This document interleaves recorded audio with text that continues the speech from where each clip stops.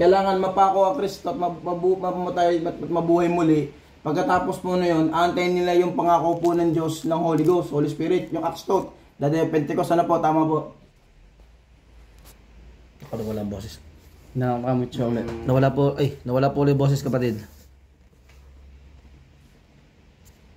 Yung tanong mo, Tama yun. at yung tanong po ni Brother Christian, sino daw paniniwalaan? Yes. Ang Panginoon sa Kristo o si Pedro? Ayan. Pareho ko pong paniniwalaan, hindi po isa. Okay. Ang Panginoon sa Kristo po, paniniwalaan ko po siya noon at that time, Matthew 28. Paniniwalaan ko po siya. Paniniwalaan ko po noon. Isinabi po kay Pedro. Amen. Dahil si Pedro po noong time na yun, wala pa pong revelation, wala pa pong kapahayagan. Saka po siya nagkaroon ng lakas ng loob, ng kapahayagan si Pedro, siya ay nangaral na sa pangalan ng Panginoon sa Kristo. Dahil nung una nga po siya ay si Pedro mamumugot pa ng unang tenga. Siya ay doubt pa. Si Pedro po nung panahon po na yun ay doubt. Kumbaga si Pedro po ay pinagkalulupan niya ang Panginoon sa Kristo. Pangatlong beses. Hindi pa siya pwede pong magbautismo noon, si Pedro. Kasi wala pa siyang kapangyarihan. Nung magkaroon po ng kapangyarihan ng mga apostol, nung inantay po nila ang Holy Ghost. Yan.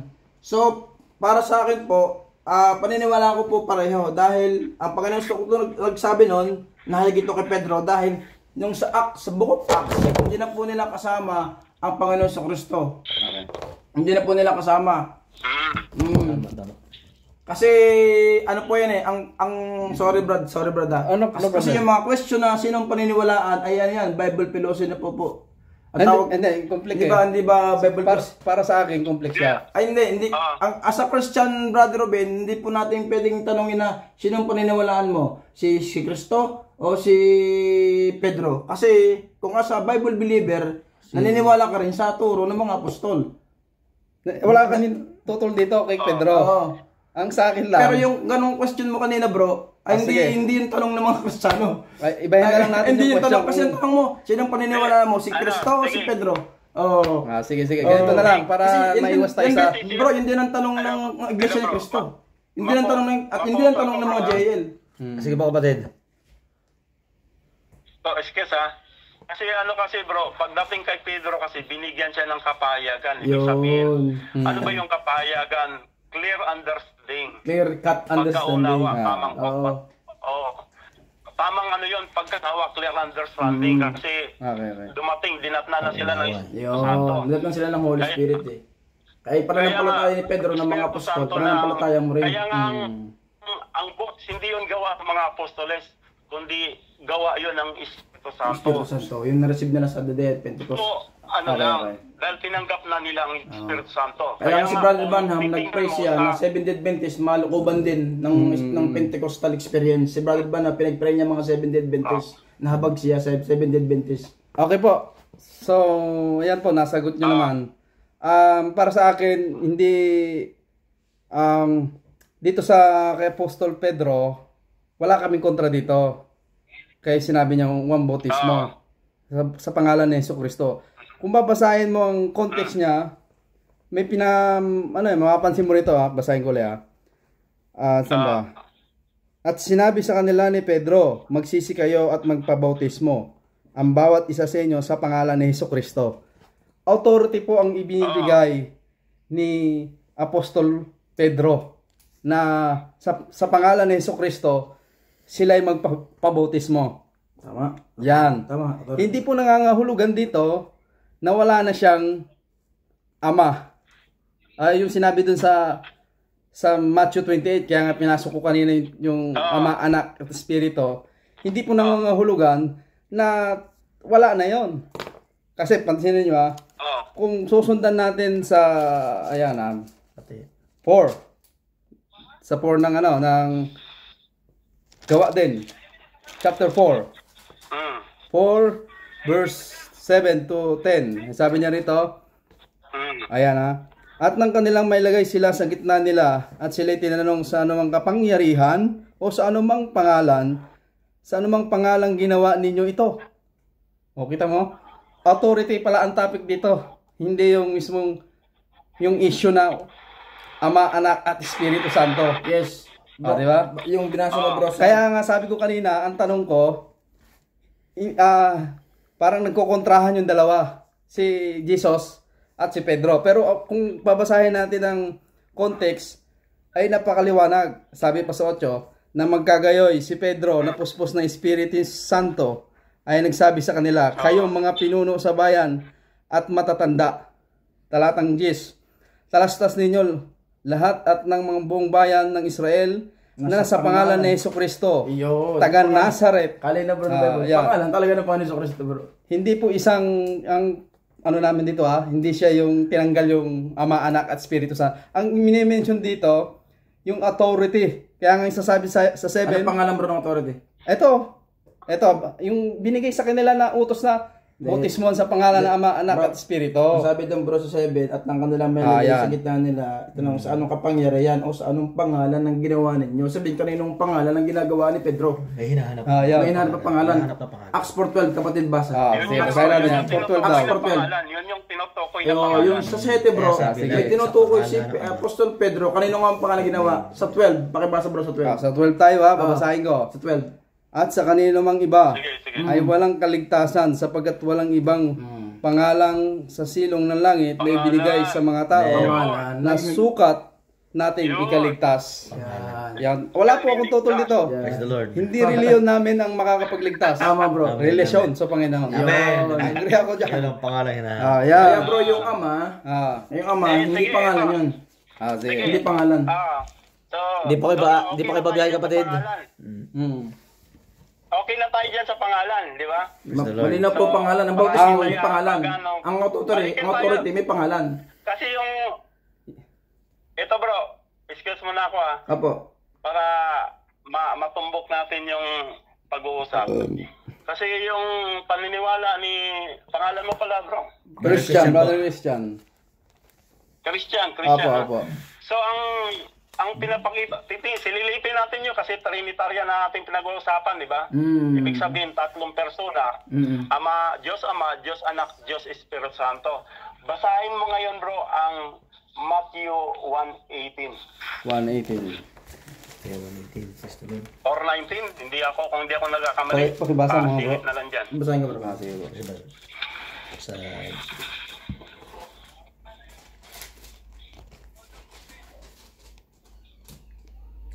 Ang pagkapanganak na kay Kristo ay ganito, nang si Maria na kanya ina ay mag-aasawa na kay Jose bago sila magsama ay nasumpong siya'y nagdadalang tao sa pamamagitan ng Espiritu Santo at si Jose na kanyang asawa palibhasa ay lalaking matuwid ayon na ihayag na madla ang kanyang kapurihan at nagpasyang hiwalayan siya sa lihim. Datapwat samantalang pinag-iisip niya ito, narito ang isang anghel ng Panginoon ay napakita sa kanya sa panaginip. Nagsabi, Jose, anak ni David, huwag kang mangamba sa pagtanggap kay Maria ng iyong asawa sapagkat ang kanyang dadalang tao ay Espiritu Santo. Tama po ba? So malinaw. Basahin mo sa sa English. May English ka ba? May English ka na version? English bro. Now, the birth of Jesus Christ was on the wise, when as his mother Mary was exposed to Joseph before they came together, she was found with child of the Holy Ghost. Then Joseph... Holy Ghost, stop tayo dyan. Apo. Holy Ghost, yan tanda na. Holy Ghost. Yan yan ang ano natin, stop tayo doon sa malinaw na ang tinatawa, ang tatay niya, Holy Ghost. Tama? Tama. Dahil Holy Ghost, nililiman ng Holy Ghost. So, ang atas doon sa Ama, Anak, baptize them in the name of the Father, and of the Son, and of the Holy... Basahin mo rin sa English yun. Para maikonekta natin yan. Yung sa ano pa? 18. 19 19 ba? Matthew 28:19. Apa. Matthew 1:18. And baptizing them in the name of the Father, the Son, and the Holy Spirit. The Holy Ghost. The Holy Spirit. So malinaw na ang tatay niya bro, Holy Spirit. Tama? Tama. Matthew 1:18. Sinabi niya, Sino po na nililiman lang ng Holy Ghost, nagdalang tao si Mary, na walang iba si Jesus, na tinatawag din na Emmanuel, tama? Tama po, tama. So, malinaw na ang tatay niya, Holy Ghost, tama? Tama po, tama. bilangin natin yung Diyos na sinasabi. Kung iba ang Diyos Ama, iba ang Diyos Anak, iba ang Diyos na Holy Ghost, sino yung tinatawag niya na tatay? Ano daw? Sino yung tinatawag niyang tatay? Yung binasa mo kanina? Sino ang tatay? Hindi, di ba, Kasi yung ang father, stand ng kung inyo, kung Diyos iba Ama, yung Diyos father, Anak, bro, Oo. at iba yung Holy Ghost, so malinaw dyan na tinatawag, kasi sino yung tatay niya? Maging dalawa ang tatay niya. Kung iba yung father, ibang Diyos na father, iba din yung Diyos na Holy Ghost. Na malinaw dyan na Holy Ghost ang naglilim, sumbahan Anong talata yung binasa na mo? ang tinatawag niya Ang na binasa mo, tatay niya, Matthew 18. Holy Ghost. Ano yun? Yung binasa. Matthew 1:18. Matthew 1:18 pa rin. 18. Ano ka? Amen. 1:18. Sabi dito, isang tinig ay narinig sa Rama, pagnanangis at kalagim na iyak. Ito yan, di ba? Tinatangisan ni Rachel ang kanyang mga anak. Hindi yata. Matthew ba to? Matthew yun, bro. Matthew yun. Oh, Matthew 1:18. 1:18. Matthew chapter 1, verse 18. 18. Ito mali nga. Ang Sa King James kasi, malinaw kung may English ka dyan. ano po to ito? Galing pa ng Pilipinas, dala-dala ko. Ulitin ko sa English, bro. Sa English. Ulitin ko sa English, bro. Sige, sige.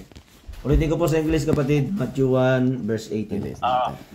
Now, the birth of Jesus Christ was on this wise. Christ was on this wise. When as his mother Mary was espoused to Joseph, before they came together, she was found with child of the Holy Ghost. So marinaw, no? So, galing. stop tayo dyan. She Stop was tayo found doon, with bro. child of the Holy Ghost. So malinaw na ang tatay niya, Holy Ghost. So ang tanong ko, sino ang tatay niya doon sa dalawa? Kung ang Father God niya ibang Diyos, isang persona, tapos ang anak isang persona, mali, automatic yan kasi yung buntis ni Maria dyan ay ang si Jesus na yan. Tapos yung Holy Ghost na kung iba rin ang persona, so saan ang tatay niya roon? Okay, sasagutin ko po So ba? malinaw naman dyan na ang Po, sagutin po daw. Sige bro. Okay. Sabi ko nga po kanina, kung babasahin natin sa 17 ng Juan, isa lang ang kanyang ama. Pangalawa, hindi po tinawag ang Holy Spirit na ama, na kagaya ng mababasa natin dito, na gusto nyong punto yung Holy Spirit maging ama. Kung babasahin mo sa Isaiah, makikita mo, inuutusan niya pa nga ang banal na espiritu eh. Pero dito muna tayo mag-focus. Sa stand po ng mga Adventist, hindi po dalawa ang ama na binabanggit na ama ang nasa langit at ama din ang espiritu na kanyang tawagin. Bagamat wala po tayong mababasa na tinawag ang Holy Spirit na ama, na gaya dito sa sinasabi nyo, parang nalilito na yung dalawa magiging ama. Ano po? Kung naka 5 minutes siguro ako nakapag-salaysay kanina, kung siguro natapos ko yung pagpapahayag ng Trinity, yun lang po ay introduction na binigay ko kanina para hindi tayo ganong umubos ng oras. Kaya pinahintulutan ko na kayo magtanong. Pero kung, di ba, kanina sa pasimula ko, Deuteronomio, sinimulan ko yung tinawag na isang Diyos at Panginoon. Pero lumalabas doon yung isa na tinawag sa wikang Tagalog, sa Hebrew, tinawag siyang Ekad. Na ang ibig sabihin ng Ekad, plural, maramihan siya. Kaya nga, ang pinupunto ko dyan, hindi lang po tayo magbabasa sa wikang Tagalog sapagkat ang salita ng Panginoon ay hindi naman talaga Tagalog. So nais ko lang po ipunto, babalik po tayo doon sa pinaka-original na kung bakit ganon. Isang Panginoon at isang Diyos, pero pag sinearch mo siya sa pinaka-original na Hebrew, ay nakita naman natin, sinearch ko kanina, chapter 6 verse 4, sinearch natin yung salitang one, sa English doon one, tapos ang lumitaw sa ilalim niya, Ekad, plural, na maramihan. Hindi po siya yung isang Diyos na binabanggit na kagaya ng iba. Tama bro, tama isa naman lang. yung sinabi mo na Okay. plural. Kasi sabing plural, bro, marami kasing attribute siya. At Yes, attribute ito. siya eh. Brother Yung Ben, plural na Brother Ben, sinasabi. magkatanong po Mayroon ako. siyang Jehovah Jireh. Sige, bro, tuloy. Brother Ben, magkatanong po ako Christian. Ano ba yung sabi niya sa one God at tatlong persona, bro? Tapos Diyos Ama, Diyos Anak, Diyos sa langit, Brother Ben. So, pag tatlong persona pala, tatlong katauhan, tatlong Diyos, pag ako po yung nasa langit, hanapin ko yung tatlo. O kasi, tingnan mo, pagdating mo doon sa trono sa langit, bro, Apo. isa lang ang trono doon. So, hanap pala. Isa lang. Apo. Pero, So, Brother Ben, pinapaliwanag namin po sa kanya, ang Godhead, ang Diyos ay nagmanifest na three offices ng tatlo, yung Ama, yung Anak, at ang Espiritu Santo. The three offices. Yung sabi ko nga po sa kanya, okay. si Christian ay ngayon, iisa siya, pero ang kanyang pangalan, Christian Zandiki, yun pa rin po, hindi hindi ba nagbabago. So, sa langit po, sa tatlong persona, at tatlong Diyos, Diyos Ama, Diyos Anak, at Diyos Espiritu Santo. Pag sa langit pala, hanapin ko po yung tatlo. Pero sabi po doon sa Revelation, for to na siya ay nakaupo sa kanyang kanan. Ibig sabihin yung kanan, kapangyarihan, kanan yung kanan. Hindi po dalawa, kundi isa lamang po. Yun. Actually, yung one God and three person, ang nag-inject po na yan ng kauna-una noong 325 AD na Sian Council, Catholic po. Roman Catholic po. At ang bautismo ng Ama at Anak Espiritu Santo, Roman Catholic din po. Kaya kung nakausap ko po Iglesia ni Cristo, Brother Ruben, nung nakausap ko po Iglesia ni Cristo, tinanong ko po ano yung ang kanilang baptism sa titulo din. Nakausap ko po ang baptist. Dating daan, halos lahat po sila ganon. Pero isa lang pupuntahan nila, yung WCC, World Church of Council, yung Roman Catholic. God, Spirit, Creator, kasi mga anak yan, bro, lahat na Yes, nagbabautismo sa pangalan tama po. Mga anak, Priest, mga anak po sila. Oo. Ito ay pinagkapirahan po ito ng Roman Catholic. Omnipotent. Mga anak. Omnipotent. Kaya yung ako po yung nasyara po ni Brother Raymond sa Indonesia, nagtanong po ako ng Trinity, Godhead, naging malinaw po sa akin. Bagamat ako'y aral din po sa Biblia sa Saudi, sa Theology Bible School, may mga hermeneutics po. Lahat po yan, nung sinare sa akin ni Brother Raymond, ay nawala po yun sa akin. Mga pinag-aralan ko parang, sabi nga, spiritual amnesia. Ayun. Kaya yun, praise the Lord. Para sa akin po, napakalinaw po ng mensahe ng Panginoon. Napakalinaw po. Na sa Acts 2:38, kaya po kayo nagpa-rebaptize kay Pastor Pabs sa pangalan ng Panginoon sa Kristo. Sa Acts 2:38. Yan. Kasi sa Acts 19 din, nangyayari yan doon, ng rebaptize talaga. Opo, dahil nung sabi ko nga po kay kapatid sa Acts 19, verse 5, nga po yung nagtanong nga po si, sa Book of Acts, wala naman ang mga apostol, hindi naman po sila nagbautismo sa pangalan ng titulo. Wala nga, kahit hanapin mo, bro, walang nabautismuan sa pangalan ng Ama at ng Anak ng Espiritu Santo sa record ng Biblia. Kung mayroon man, pwede po kung meron po, balik na sa Katolik. Sige, tanong ka bro. Sige bro. Okay lang, Tuloy lang kasi. Okay. Sharing lang man to. Dito po sa binasa nyo kanina, o sundan ko na lang kayo, na ang Ama. Di ba sinagot ko po yon sa John 17, isa ang Ama. Tapos, tatanungin kita, Brother Abner, pwedeng dito ba sa aklat ng Mateo, chapter 3, ganito ang sabi niya. Babasahin ko muna, no? At nang mabautismuhan si Jesus, pagdakay umahon sa tubig, narito nabuksan sa kanya ang mga langit, at nakita niya ang Espiritu ng Diyos na bumababang tulad sa isang kalapati at umapag sa kanya. At narito isang tinig na mula sa isang narito ang isang tinig na mula sa mga langit na nagsasabi, ito ang sinisinta kong anak na siya kong lubos na kinalugdan. Bro, basahin mo sa verse na Acts na kay Pablo. Ha? Kay Pablo. Hindi pa ako tapos ng tanong. Ito ang tanong ko. Sino yung Ama na tatawag ng tinig? merong ama, na nagsalita daw sa langit, at merong kalapati, tama naman pinapaliwanag mo sa akin kung nakaraan, walang updo na dumapo sa kanya. At si Kristo. Ibig sabihin mo ba, walang tatlong persona, at yun ang Diyos na yan yung nasa langit, nagmanifest ng kaya niya ng ganon tatlo? Na ayon dito sa binasa natin, na siya rin ng Kristo, na siya rin ng kalapate. Tapos, teka lang, kung siya man yun, mga kapatid, kung siya man yun, sige, dito muna tayo para hindi natin sunod-sunod yung, pakisagot mo muna. Ano ang stand nyo dito sa, Yung kay dito kasi, bro, siya lang nakapakinig doon, walang iba. Yung di Baptist. dito kasi, may tatlong persona. Ang sagot nyo, hindi ko alam kung anong sagot nyo. Tawag doon, nagmamanifest. Totoo naman, nagmamanifest siya na kaya niya mag-uring apoy na nagpakita kay Moses.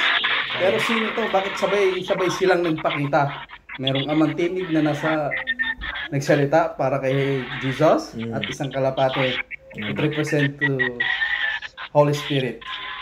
So, ano to? Siya rin ba halimbawa, si Pedro, siya rin ba nagsasalita? Si Pedro din ang nasa si Juan naman ang nagbabautismo, tapos may dumapong kalapatis. Si ano ba yan? Ibang parang ano ba? Dito ako, bigyan niyo ako ng paliwanag. Ano ang stand niyo? Si John the Baptist, sabi, yung tinig na yun, sila ang nakapakinig sila, yung relasyon nila, bro. Okay, sige, accept. Tapos yung kay sa Gawa 9, yung kay Pablo, sabi, Gawa 9, basahin natin. maraming may kasama siya si Pablo. Pero nakapakinig doon, si Pablo lang din. Ganoon din ang pangyayari kay John the Baptist. Sa Damascus. Siya rin man talaga. Agree ako doon. Ngayon, Ang sabi ng tinig, sino yun? ang tinig na yun, yung sabi ito. Sabi hindi, bagay singular din yun. Ang sinasabi doon kapatid, yung Ano yung sinabi mo singular? Pwede natin silipin sa ano? hindi, sabi ito ang kinalugdan. Sinabi ko si Brother Felix na ito. Hindi sinabing may pinupoint talagang ito, may pangalan. Bro, Ano pa, Brother Ruben? yung in home na sinasabi. In home, I place to dwell. Ibig sabihin, yung nagsalita abroad, nasa nanalaan na sa kanya. Kaya, lagi mong tandaan na John 4:24, God is a spirit. Yes, agree po ako doon. Ang tanong ko lang dito, Kaya nga, ang tanong ko lang po dito, siya ba ay isa lang na persona? Equivalent to one God? hindi Like, yan isa bro, kasi yung kalapati naman yan, symbolized lang yan bro eh. Symbolize yan eh. Symbolize yan na yung may nagsalita, may bumaba.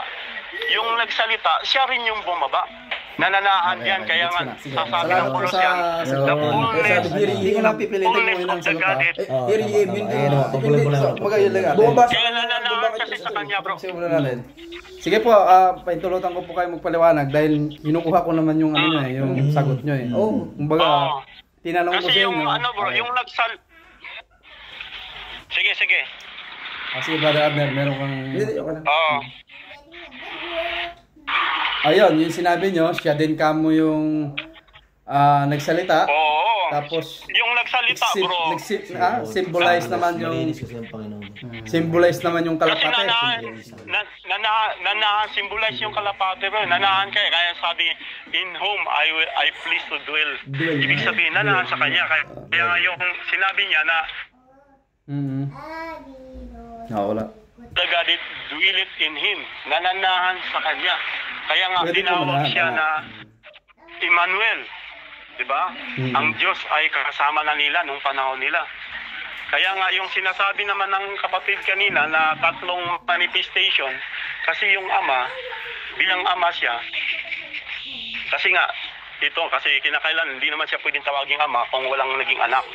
So hindi naman yung literal na ipinanganak na sa magitan ng pagkaunawa natin, di ba? Sa magitan ng babae na kasi ano siya eh, espiritu siya. So pinapakita lang yan dahil nga siya yung manifestation na sinasabi niya ng kapatid kanina, nagmamanifest lang siya bilang ama kasi tapos anak, tinawag siya na Emmanuel, Tapos ngayon naman, bumalik kasi nawala na yung anak, umakyat na sa langit, bumaba ang Espiritu Santo.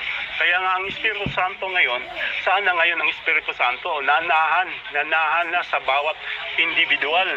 Paano makuha nilang Espiritu Santo? Kaya balik tayo doon sa Book of Acts. Kailangan yun na repent, every one of you, ang panawagan ni Apostol Pablo. And be baptized in the name of the Lord Jesus Christ for the remission of your sins, and you shall receive the gift of the Holy Spirit. Kaya nga, kung nagbautismoan ka sa pangalan ng Ama at ng Anak, at ng Espiritu Santo, walindukin mo ang kaloob na banal na Espiritu Santo. So yun yung paliwanag ng mensahe ng huling panahon, na kailangan kasi dito po, revelation. Kung paano tinanggap ni Pedro ang revelation, kinakailangan din, mapasa atin din yung revelation na yun. Kasi hanggang hindi natin maunawaan, hindi natin matanggap yung revelation, yung kapahayagan, magkawindang-windang yung pagkaunawa. Kasi kinakailangan naka-align ka sa aral at tulo ng mga apostoles. Naging literal ka sa Biblia. Ako tatlo. Naging literal ka nga lang. Ang sa pag-unawa namin sa Biblia, hindi lang literal. Meron din kaming sinasabi na prophetic. Kaya nga sabi ko nakaraan nung unang nag-sharing kami, meron kaming tinatawag na observation, interpretation, at saka application. Ano yung observation? Kagaya po nito, tinanong ko sa inyo, yung tatlong ama, anak na nagsalita, isang tinig na nabuksan sa kanya ang langit at nakita niya ang Espiritu ng Diyos. O, ayan o. Na bumaba tulad ng isang kalapate. Dalawa na. Pangatlo si Jesus.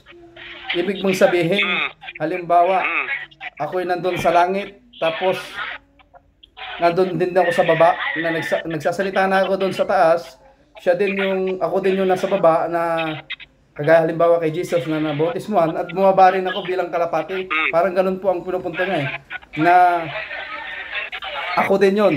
Parang sarili ko lang din ang ginawang pagkikilos. Parang ganun, di ba? So dito naman sabi ko nga kanina, yung isa lang, ano pagkaunawa mo doon? Iba, yung Ama, Sagot mo doon, tatlo. Yung kalapate at tatlong persona Jesus sila. ay Na isang Diyos, halimbawa tayo, isang tao lang tayo. Pero tatlong persona. Halimbawa, anong uri natin? Diba? Isang uri ng tao. Tama? Pero tatlo tayong persona. Kaya yun po ang paniniwala ng Adventist. Pero Na may ano bro? isang Diyos Kasi na pag may pinasok tatlong mo kasi ang persona. persona, Ha? Ano po? pag pinasok mo kasi ang persona, magawa ka na ron. Kasi katulad sa sarili mo, isang persona ka, hindi ka patso ha, tandaan mo yan. Ayun nga, persona yung nagsalita. Isa doon. Tapos isa naman si Jesus. Tapos pangatlo yung kalapate na nagre-represent to Tatlong persona yun. ayun ang paniniwala pag-aaral ng aming Seventh-day Adventist. Dahil galing sa Katolik yung paaral na yan. Kami naman sasagutin ko yan. Hindi kami sumunod sa Katoliko kaya nga sabi ko kanina sa Deuteronomy 6 verse 4 na doon kumuha ang Seventh-day Adventist na yung isang Diyos. Sabi doon kanina sa Diyos, tatlong persona. Yes, kasi sinabi doon, dinggin mo Israel, ang Panginoon mong Diyos ay iisa. Iisa. Tinip ko yung salitang iisa na word sa Hebrew, ang tinawag Malinaw bro, malinaw yun, iisa talaga. So maramihan pag sinabing plural, hindi siya isang-isa. Kasi marami nga siyang attributes doon. Yes. So yung attribute naman tayo, ayan, meron nga yan. Kaya hindi tayo siguro Hindi naging tatlong tao. hindi pwede na tatlong tao. Tatlong persona. Hindi siya tatlong persona. Tatlong persona, tatlong tao. Sabihin natin tatlong tao. Meron siyang damdamin, persona. Okay. Tatlong Ganun. katawan niya bro. Pag sabing one God and three persons, tatlong katawan bro. Kaya one person Salamat lang. kapatid. Salamat. Buti nagkaintindihan tayo dito. At least nalaman nyo ang stand ng Adventist. Bro, Ang Adventist, Kasi sasabihin ko diyan sa kasi inyo, ako po ay member na Adventist. Kahit hanapan nyo ako ng ID, meron po ako. So, ang stand po ng Adventist, hindi po galing sa Katoliko. Inapyaw ko na kanina, no? Ang introduction ko kanina, nagmula ang salitang Trinitarian, saan? Sa Latin word, tinawag siyang Trinitas. Pero bro, sa English version, tinawag siyang Trinitarian. Yung person nga ng Catholic Church. Trinity. Oh, yan. Pero sa English, hindi naman talaga nag-i-English ang mga apostol. Tama ba? Sila ay Hebrew at mga Hudyo. Kaya binalikan natin ng Deuteronomio chapter 6 verse 4, inalam natin yung salitang ang dinggin mo Israel sapagkat ang Panginoon mo Diyos ay iisang Diyos. Sinearch ko agad yun sa Greek o sa Hebrew para malaman ko yung salitang yung sinabi doon na iisa ang lumabas, ikad, na ang kung sa-search mo, plural ang ikad, maramihan. Pinakita ko na kanina, pinakita ko kanina na siya plural na hindi siya singular. 3 offices. Kaya hindi kami yung attributes. Attributes kasi niya yun, bro. Attributes sa attribute po naman. Jehovah Jireh, Jehovah Nissi. Apo. Wala po akong problema sa attribute kasi Kaya, kung isa-isahin natin sila, yung ama at saka anak, wala tayong problema sa ama. Pero bro, yung Sa ama, walang hanggan din siya. Sa Espiritu Santo, wala rin siyang hanggan. Kung babasahin natin talata na ang stand din ng Noriel, yung mga JL, yung God and 3%. Ang stand din. Hindi ko alam. Hindi, yun talaga bro. Ang stand din niya, stand din ng, nilang kaya Noriel, JL, stand din. Stand din ng Baptist. Magahin na po kayo kapatid. Brother Christian, sige bro, stand din ng nandito Baptist. ako. Basta yun bro. One God and Opo, 3%. maraming salamat po. Bro, Napakalaman po. ang stand ng Baptist bro, one God and 3%. Apo. Tuloy nyo lang yung sharing nyo. Salamat po sa inyo, kuya, na nakasharing Kasi ko kayo. ang Diyos Kasi, naman ang Diyos kasi ang nagbibigay ng kapahayagan, hindi tao eh. Amen. So kung mayroon mang hindi mapag-unawa, ilapag lang natin sa Panginoon. Yes, amen. Laging Sabi ganun ko ang nga, gawin natin. Na kung hindi Hindi pwedeng maunawaan pilitin ni agad. Christian, ganun ba? ilapag Kumbaga, natin inaaral sa pa panan natin ng Panginoon. Kasi Sabi ang ko nga sa Panginoon inyo, kasi ang naghahayag talaga. Kung meron pa Siya liwanag, yung author ng Revelation kasi kapahayagan kung paano binigyan ng kapahayagan si Pedro. Kasi ang pinag-uusapan natin, Godhead yan. Kaya nga, hindi mahaba pwede ito siksik talaga. yan sa Ang pag-aaral natin ating ng puputi. Godhead. Sa kundi Hindi ko lang pinag-aaral ng Godhead mahaba. yan. Hindi lang. So, Tanggap ko talaga. gano'n na lang Tanggap bro. ko yung one God. So, ang iwan Na 3 minutes ang to 3 iwan ko offices. lang, Sabi, bro, yun ang Brother Ruben. tandaan mo, yung, oy. Sa akin, hindi ko pinag-aralan ng mahaba ang Godhead. Mabilis, one God, and tatlong manifestation, 3 offices. Ayun po yung, hindi ko siya pinag-aralan ng mahaba ang Godhead. Napakalinaw po sa akin ang Godhead. Oo, kasi bro, yun talaga, malinaw sa'yo, kaso lang, siyempre, hindi naman pwede yung linaw na mayroon ka. Kasi yung po, Isiksik natin Brother kay Ruben, ang Christian. stand ng Baptist, one God and 3 person. And then po, ang stand ng mga JIL, one God and 3. At Di, hindi ang po, totoo talaga, ang author talaga niyan, Roman Catholic Roman Church, wala Catholic, nang ang iba. author po talaga na yan. Wala nang iba. Roman Catholic, sila po ang nagtatag yung WCC, yung World Church of Council.